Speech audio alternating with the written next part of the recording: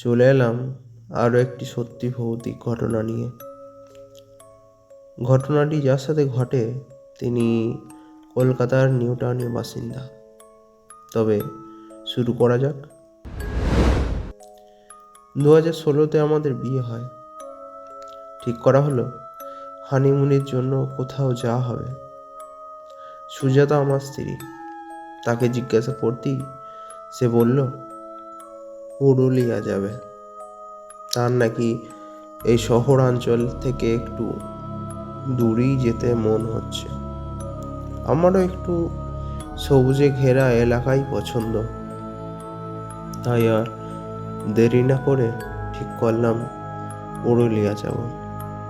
আমার বাবা এক সরকারি কর্মচারী ছিলেন সেখানে, তাই ঠিক করি বাবার অফিসের পাশেই কোনো এক ঘর ভাড়া দিয়ে থাকবো।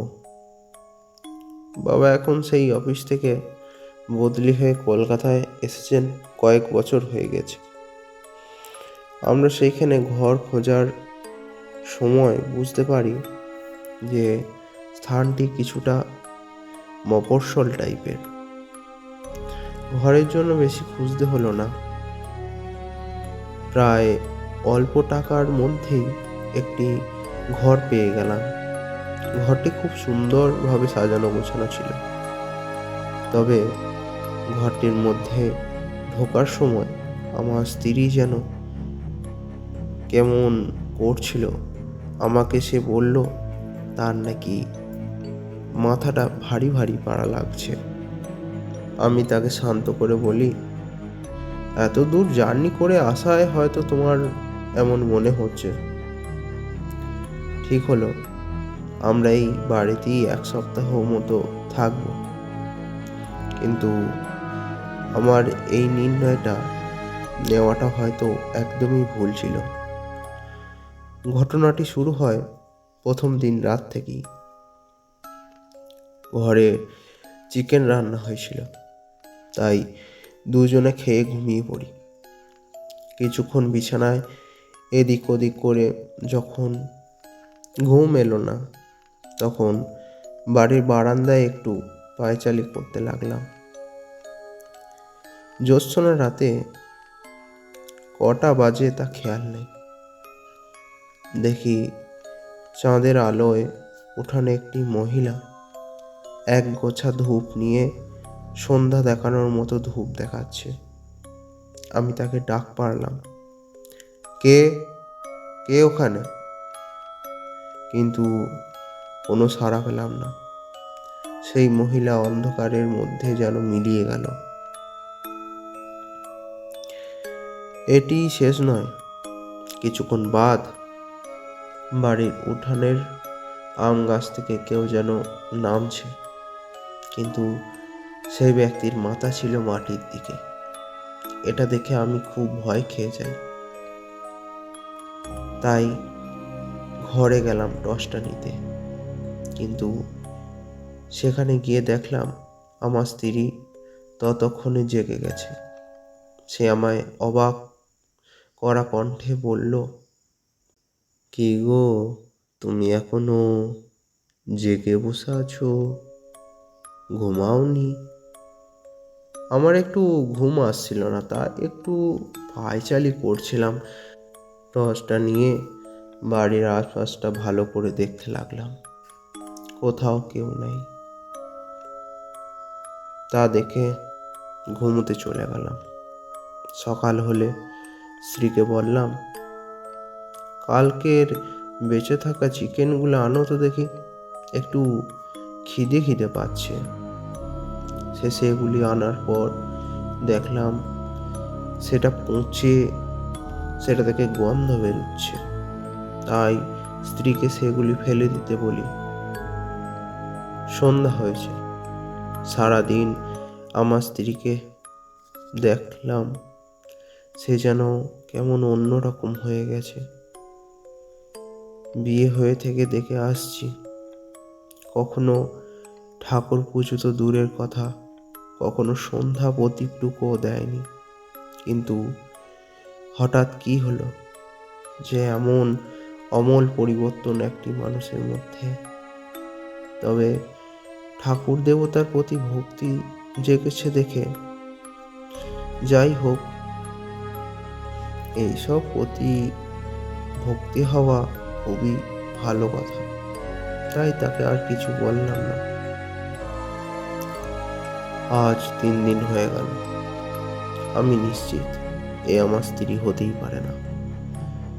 হানিমুনে এসে সে আমার থেকে এতটা দূরে দূরে থাকছে।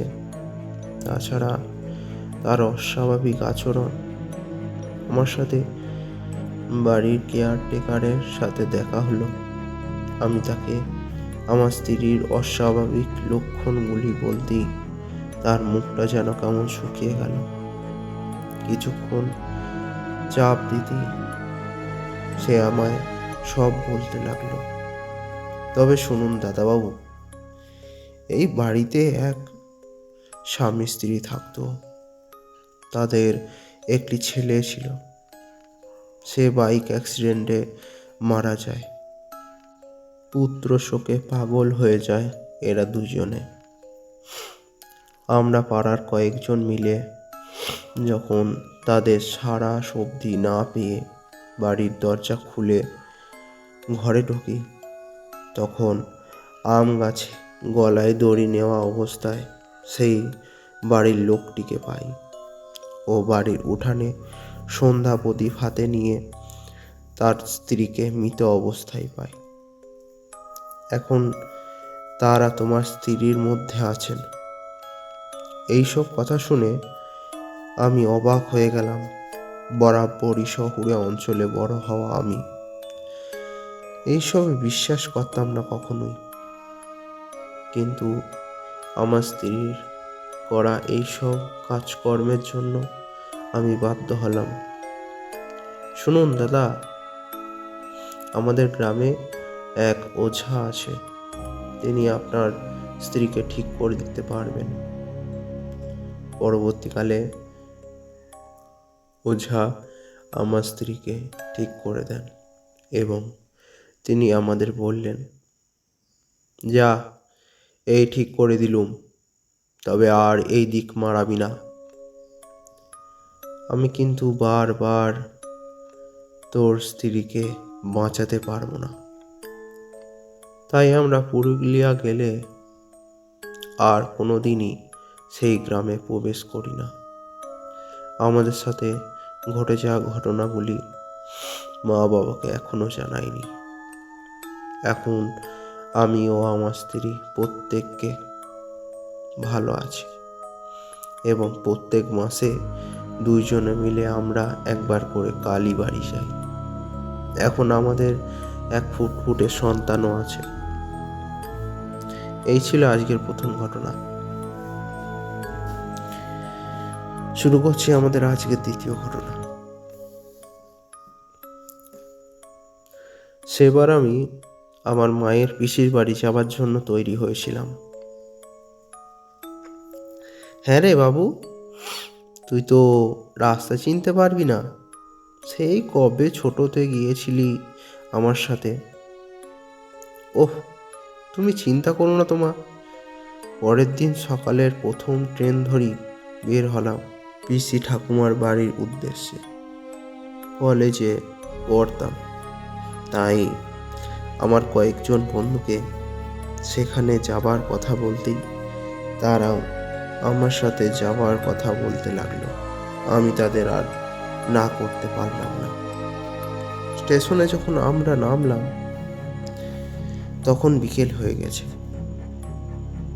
দাদা, কাশিরগঞ্জটা যেতে কোন গাড়িটা ধরতে হবে? আপনারা মনে হচ্ছে প্রথম আসতেছেন, তাই জানেন না। সামনের জঙ্গলটা, ওই যে ওইটা, গরুর গাড়ি চেপে চলে যান, তাহলেই পৌঁছে যাবেন কাশিরগঞ্জে। অগত্যা একটা গরুর গাড়ি ধরে জঙ্গলটা পার হতে লাগলাম। দাদা, একটু তাড়াতাড়ি চলুন, নইলে সন্ধ্যা হয়ে যাবে যে। কিছুক্ষণ বাদ আমাদের গরুর গাড়ির চাকা খুলে যায়। যা, এবার কি হবে? সন্ধ্যা হয়ে গেছে তো। বাবু, আপনারা চিন্তা করবেন না, সামনেই একটা পুরনো জমিদার বাড়ি আছে। আজকে না হয় রাতটা ওখানেই কাটান। কাল ভোর হলে আমি এসে আপনাদের নিয়ে যাব। জমিদার বাড়িটা বহুত দিন ধরে বন্ধ ছিল, তাই সেখানে একটা ঘর পরিষ্কার করে আমরা খেতে বসি। ভাগ্যিস ব্যাগে কিছু খাবার জিনিসপত্র ছিল, নইলে আমাদের তিনজনকে না খেয়েই হয়তো ঘুমোতে হতো আজকে রাতটা। আমরা খেতে বসেছি, তখনই হঠাৎ উপরের ঘরগুলি থেকে নুপুরের আওয়াজ ভেসে এলো। আমরা কেউই ভূত প্রেতে বিশ্বাসী ছিলাম না, তাই একবার মনে হলো উপরে কেউ আছে। আমরা তিনজনই উপরে উঠতে লাগলাম। যে ঘরটি থেকে আওয়াজ ভেসে আসছে, ক্রমে সেই ঘরের দিকে এগোতে লাগলাম। কিন্তু এ কি, ঘরটি তো তালা দেওয়া। দরজাটিতে অনেক মাকড়সার জ্বালাও রয়েছে দেখলাম। হঠাৎ দীপ বলে উঠল, আমাদের এখানে আসাটা ঠিক হয়নি রে। আমারও বুকটা যেন ধড়াস করে উঠল। রমেশের মুখের দিকে দেখলাম, তার মুখ শুকিয়ে গেছে। আমি হনুমান চালিসা পড়তে লাগলাম। তাদেরকে বললাম, নিচে চলো, এখানে থাকা ভালো হবে না। আমরা বাধ্য হয়ে সেই ঘরেই রাত কাটালাম। তখন মাঝরাত। হঠাৎ জানালায় টক টক করে টোকা মারার আওয়াজ পেয়ে ঘুম ভেঙে গেল। ভাবতে লাগলাম, এত রাতে ঘন জঙ্গলের মধ্যে কেই বা আসবে। কিছুক্ষণ বাদই আবার ছাদে যেন কেউ দমদম করে হাঁটতে লাগলো। সেই আওয়াজ পেয়ে দেখলাম আমার ও আমার বন্ধুদের সকলের ঘুম ভেঙে গেছে। মাথার গোড়ায় থাকা টর্চটা জ্বালতেই সঙ্গে সঙ্গে দেখি ঘরের দরজায় চৌকাঠে মিশমিশে কালো কোনো ব্যক্তি দাঁড়িয়ে আছে। ইস, কি কুৎসিত তাকে দেখতে!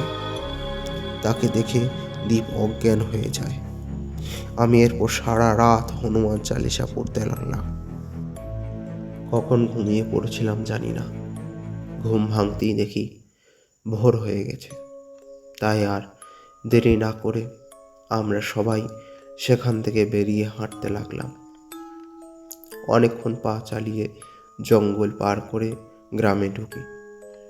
সেখানে পিসি দুদুকে সব কথা বলতেই তিনি বললেন, খুব জোর বেঁচে গেছিস তোরা। এই গ্রামে কেউই ওই জঙ্গল রাত্রিবেলা পার করে না রে। গ্রামের এক শীতলা মন্দিরে পুজো দিয়ে দিস। আমরা পিসি দুদুর কথা মতো গ্রামের শীতলা মন্দিরে পুজো দিয়ে দিলাম। কয়েকদিন থেকে তারপর বাড়ি ফিরে এলাম।